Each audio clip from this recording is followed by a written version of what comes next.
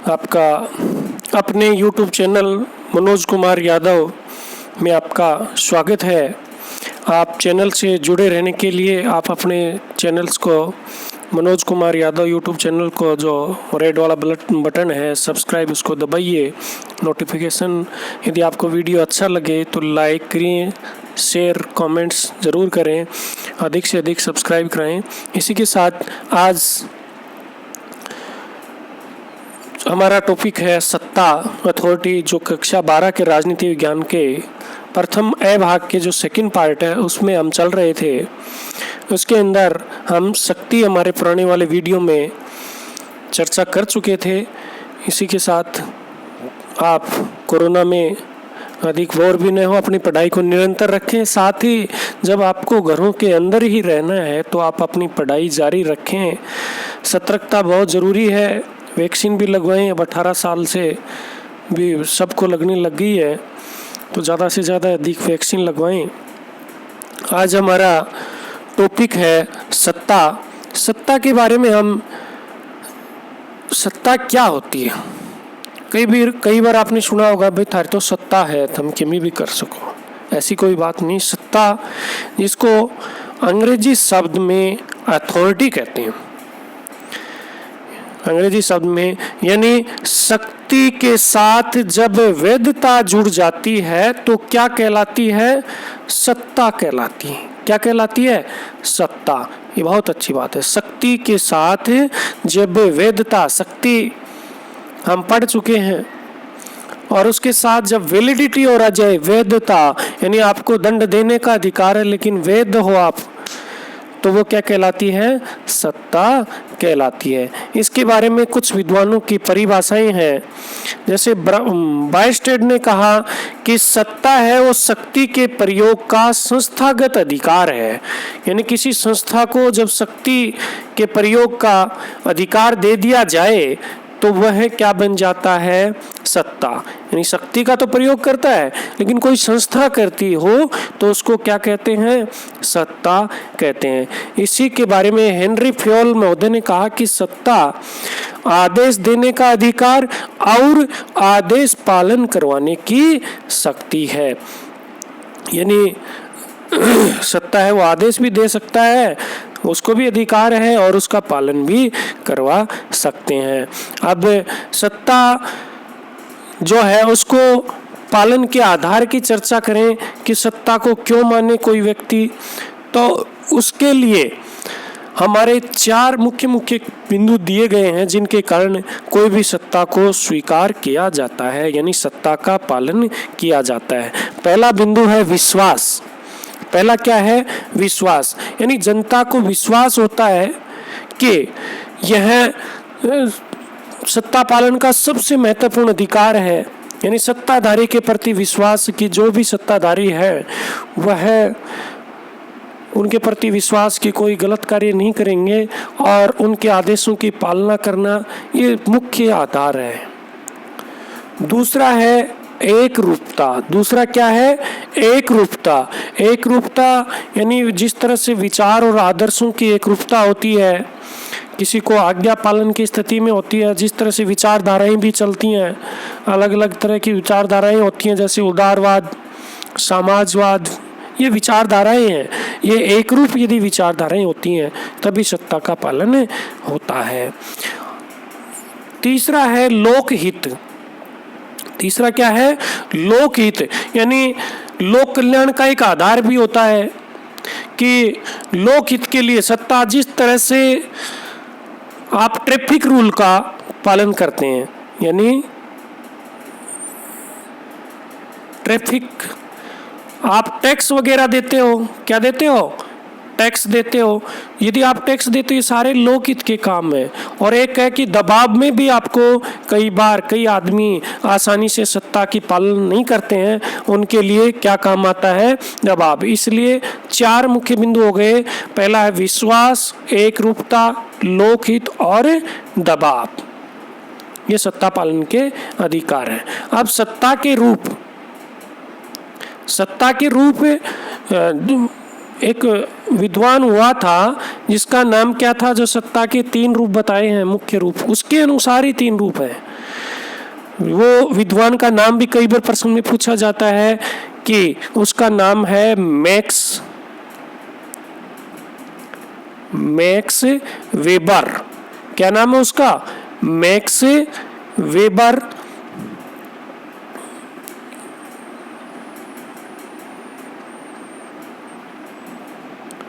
Max यहां लिख देता हूं, वेबर, यानी मैक्स वेबर ने सत्ता के कितने रूप बताए? 3 रूप बताए। पहली है परंपरागत सत्ता। परंपरागत सत्ता में मैक्स वेबर ने बताई जैसे कि ऐसी सत्ता जो पीढ़ी दर पीढ़ी चलती आ रही है, जैसे पहले राजा थे, फिर उनका बेटा राजा बन गया, फिर उसका लड़का राजा बन गया, ये परंपरागत सत्ता है। वैसे आज की परिस्थिति में देखें तो जैसे कि हमारे वृद्ध व्यक्ति हैं कोई भी, वो सत्ता हासिल करते हैं। वो सत्ता क्या करती है? परिवार में सबसे सीनियर होता है, वरिष्ठ व्यक्ति होता है, तो उसी के पास सत्ता होती है। दूसरी है करिश्माई सत्ता। करिश्माई सत्ता किसी व्यक्ति के नेतृत्व के आधार पर प्राप्त की जाती है, वह सत्ता करिश्माई सत्ता कहलाती है। जैसे महात्मा गांधी को सत्ता थी, इंदिरा गांधी जी को थी, अटल बिहारी वाजपेयी की थी और नरेंद्र मोदी, ये अपनी करिश्माई सत्ता के उदाहरण हैं। कानूनी सत्ता यानी तर्कसंगत सत्ता वह सत्ता होती है जिसको लोग क्या करते हैं? कानून या तर्क किसी संस्था को, विशेषकर जिस तरह से किसी जिले का कलेक्टर या जिलाधीश होता है, उसको सत्ता दी जाती है। यदि उस जिले के पद पे कोई भी व्यक्ति आए, उसको वो सारी सत्ता प्राप्त होती है। वह सत्ता होती है कानूनी या तर्कसंगत सत्ता। अब हमारा टॉपिक है वैधता। छोटा सा टॉपिक है वैधता। वैधता सबसे पहले बात करें कि ये किस शब्द की भाषा से बना है, तो हम कहेंगे कि ये लैटिन भाषा के शब्द से बना है। किस भाषा के शब्द से वैधता बना है? लैटिन भाषा के शब्द के साथ, जिसका अर्थ होता है, लैटिन भाषा के शब्द के साथ जिसका अर्थ होता है लेजिटिमस,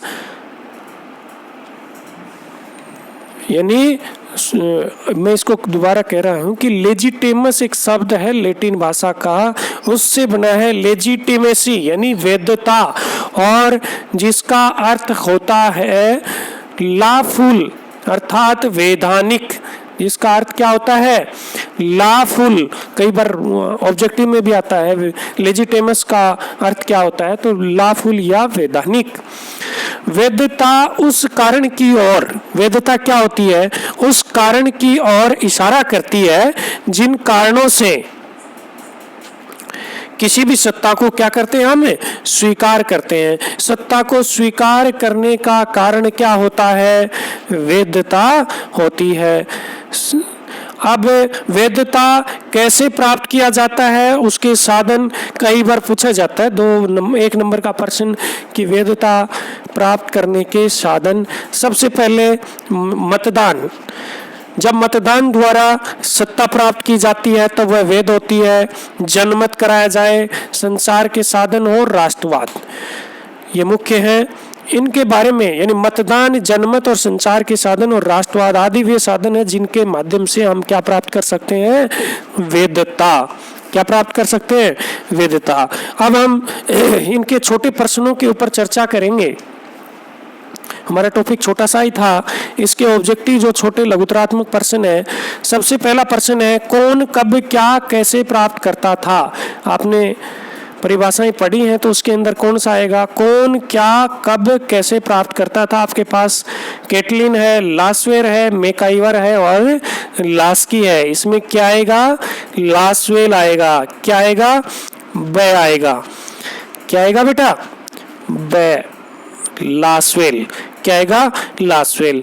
दूसरा प्रश्न है शक्ति दूसरों के आचरण को अपने लक्ष्य के अनुसार प्रभावित करने की क्षमता है। किसने कहा था? ये ऑर्गेन्स्की ने कहा था। अपने सारे परिभाषाएं पिछले वीडियो में जो था उसके अंदर आपने चर्चा भी की है, लेकिन ज़्यादा परिभाषाएं नहीं आप याद करना। आज ही अभी हमने चर्चा की है सत्ता आदेश पालन करने का अधिकार, सत्ता आदेश करने का अधिकार और पालन करवाने का अधिकार है। ये किसने कहा? किसने कहा भाई? हेनरी फ्योल ने। हेनरी फ्योल ने क्या कहा कि सत्ता आदेश करने और आदेश पालन करवाने का अधिकार है। तो इसमें क्या आएगा? स आ जाएगा। इसमें क्या जाएगा? स आ जाएगा। आगे है, इनमें से कौन सी सत्ता के रूप नहीं है? मैक्स वेबर के अपने सत्ता पढ़ा था, परंपरागत सत्ता, करिश्माई सत्ता, कानूनी तर्कसंगत सत्ता, तीनों पढ़ी थी हमने। लेकिन हमने ये कहीं नहीं पढ़ा, इसका जो चौथा ऑप्शन है वो दिया हुआ है सैनिक सत्ता, ये हमने कहीं नहीं पढ़ा। तो ये सत्ता का कोई रूप नहीं है। तो इसमें क्या आ जाएगा? सैनिक सत्ता द आ जाएगा। अगला है, लैटिन भाषा के जो शब्द था लेजिटेमस, जिससे कि लेजिटेसी या वैधता बना है, उसका अर्थ हमने अभी चर्चा की थी। तो कि उसका अर्थ क्या है? लॉफुल। और लॉफुल को भी हिंदी में क्या कहते हैं? वैधानिक। क्या कहते हैं? वैधानिक। अब हम अति लघुतरात्मक प्रश्नों की चर्चा करें कि थॉमस हॉब्स की प्रसिद्ध पुस्तक का नाम था, क्या था विद्यार्थियों? लेवियाथन। क्या था? लेवियाथन। ये ल है। क्या था? लेवियाथन। लेवियाथन। अब दूसरा प्रश्न है, राजनीतिक विज्ञान को शक्ति का विज्ञान किसने कहा था? कैटलिन ने। किसने कहा था? कैटलिन। कैटलिन ने। अब आगे अपने पास कि शक्ति के दो रूप बताओ। शक्ति के रूप, शक्ति के कोई दो रूप बताओ। दो रूप कौन से बताएंगे? बताओ। बिना सुने एक बार जवाब दिमाग में विचार करो कि शक्ति के रूप, शक्ति के रूप हमने पढ़े हैं कौन से? राजनीतिक शक्ति, आर्थिक शक्ति, यानी राजनीतिक, ये सही तरह से मैं इसमें लिख नहीं पा रहा तो इसको एक बार छोड़ता हूँ। राजनीतिक शक्ति और आर्थिक शक्ति, आप आवाज से देख ली। अगला है, सत्ता की स्वीकृति या पालन के दो लोकप्रिय आधार बताइए। जब ये अभी 4 पढ़े हैं, 2 क्यों, हमने अभी 4 पढ़े हैं। विश्वास, क्या क्या पढ़े आपने? अभी जस्ट पढ़े हैं। विश्वास, एकरूपता, लोकहित और दबाव, इनमें से कोई भी लिख सकते हैं। प्रश्न 5, वैधता प्राप्ति के 2 साधन कौन से हो सकते हैं? अभी पढ़े हमने मतदान, और कौन सा पढ़ा है? जनमत, संचार के साधन और राष्ट्रवाद, ये पढ़े हम ही। अब थोड़े से लघुतरात्मक प्रश्न है, इनके ऊपर भी हमें थोड़ी सी चर्चा करना चाहूंगा कि वैचारिक शक्ति क्या है। तो वैचारिक शक्ति यानी विचारों का एक समूह बनता है और समूह के आधार पर एकता या सत्ता प्राप्त करते हैं, शक्ति प्राप्त होती है, वो वैचारिक शक्ति होती है। हर देश में अलग अलग तरह की विचारधाराएं होती हैं कि सामाजिक भी हो सकती है, आर्थिक विचारधारा भी हो सकती है, राजनीतिक विचारधारा भी हो सकती है। इन्हें उचित ठहराने के लिए जैसे आप उदारवाद, समाजवाद, साम्यवाद, मानववाद का नाम दे देते हैं। यानी विचारधाराएं सामाजिक, आर्थिक और राजनीतिक 3 तरह की होती हैं। दूसरा है, शक्ति के संदर्भ में नारीवादी सिद्धांत क्या है? क्योंकि शक्ति का हमने रूप पढ़े थे, उसमें एक नारीवादी सिद्धांत था संरचना में कि समाज में 2 वर्ग बने हुए हैं, वो आर्थिक आधार पे नहीं होके किस आधार पे थे? हमने चर्चा की थी कि लैंगिक आधार पे थे, एक पुरुष और एक स्त्री। पुरुष ने हमेशा स्त्रियों का, उस सिद्धांत ने कहा कि वो शोषण करता है। यूरोप जैसे देशों में नारी मुक्ति आंदोलन हुए, लेकिन हमारे भारत में हमने संस्कृत में एक श्लोक है, यत्र नार्यस्तु पूजन्ते रमन्ते तत्र देवता, यानी जहाँ नारियों की पूजा होती है वहाँ देवताओं का निवास। हमारे भारत में ऐसी स्थिति नहीं थी, यूरोप में हुई थी। हमने तो मताधिकार भी शुरुआत में दे दिया था। तीसरा प्रश्न है, लोक हितकारी सत्ता को समझाइए। यानी ऐसी सत्ता जो लोक हित के अंदर काम आए, किसी को दंड देने के लिए नहीं, आम व्यक्ति की भलाई के लिए। जैसे टैक्स जमा करने हैं, आप यातायात के नियमों की पालन कर रहे हैं। अंतिम प्रश्न नंबर 4 कि मैक्स वेबर ने सत्ता के कितने रूप बताए हैं? मैक्स वेबर ने कितने रूप बताए हैं? 2 रूप बताए हैं मैक्स वेबर ने। परंपरागत सत्ता, करिश्माई 3 परंपरागत सत्ता, करिश्माई सत्ता और कानूनी या तर्कसंगत सत्ता। मैक्स वेबर ने सत्ता के कितने रूप बताए हैं? 3 बताए हैं। पहला है परंपरागत सत्ता, दूसरा है करिश्माई सत्ता, तीसरा है कानूनी या तर्कसंगत सत्ता। इसी के साथ हमारा ये दूसरा पार्ट भी आपका पूरा हुआ। अब आप हमारे YouTube चैनल को सब्सक्राइब कर लें और आगे के पार्ट हमने पहले से ही डाल रखे हैं। ये जो नहीं डले थे वो नए डाल रहे हैं। आप अधिक से अधिक सब्सक्राइब कीजिए जैसे हम मोटिवेशन हो, और हमारा वीडियो आपको कैसा लगा वो कमेंट्स में ज़रूर कीजिए। इसी के साथ धन्यवाद। सभी सुरक्षित रहिए। इस महामारी से हम हारेगा कोरोना, जीतेगा इंडिया, भारत, उसी कल्पना के साथ यदि हम सब साथ मिलके सरकार की कोविड गाइडलाइन की पालना करेंगे तो हम अवश्य ही विजयी होंगे। का पैनिक न बने, इसको कोविड को टेंशन न लें, लेकिन सतर्कता जरूर बरतें। इसी के साथ आपके साथ खड़ा है आपका YouTube चैनल मनोज कुमार यादव। ये आपकी पढ़ाई को बाधित नहीं होने देगा। जल्दी आपके आगामी वीडियो आ जाएंगे। धन्यवाद।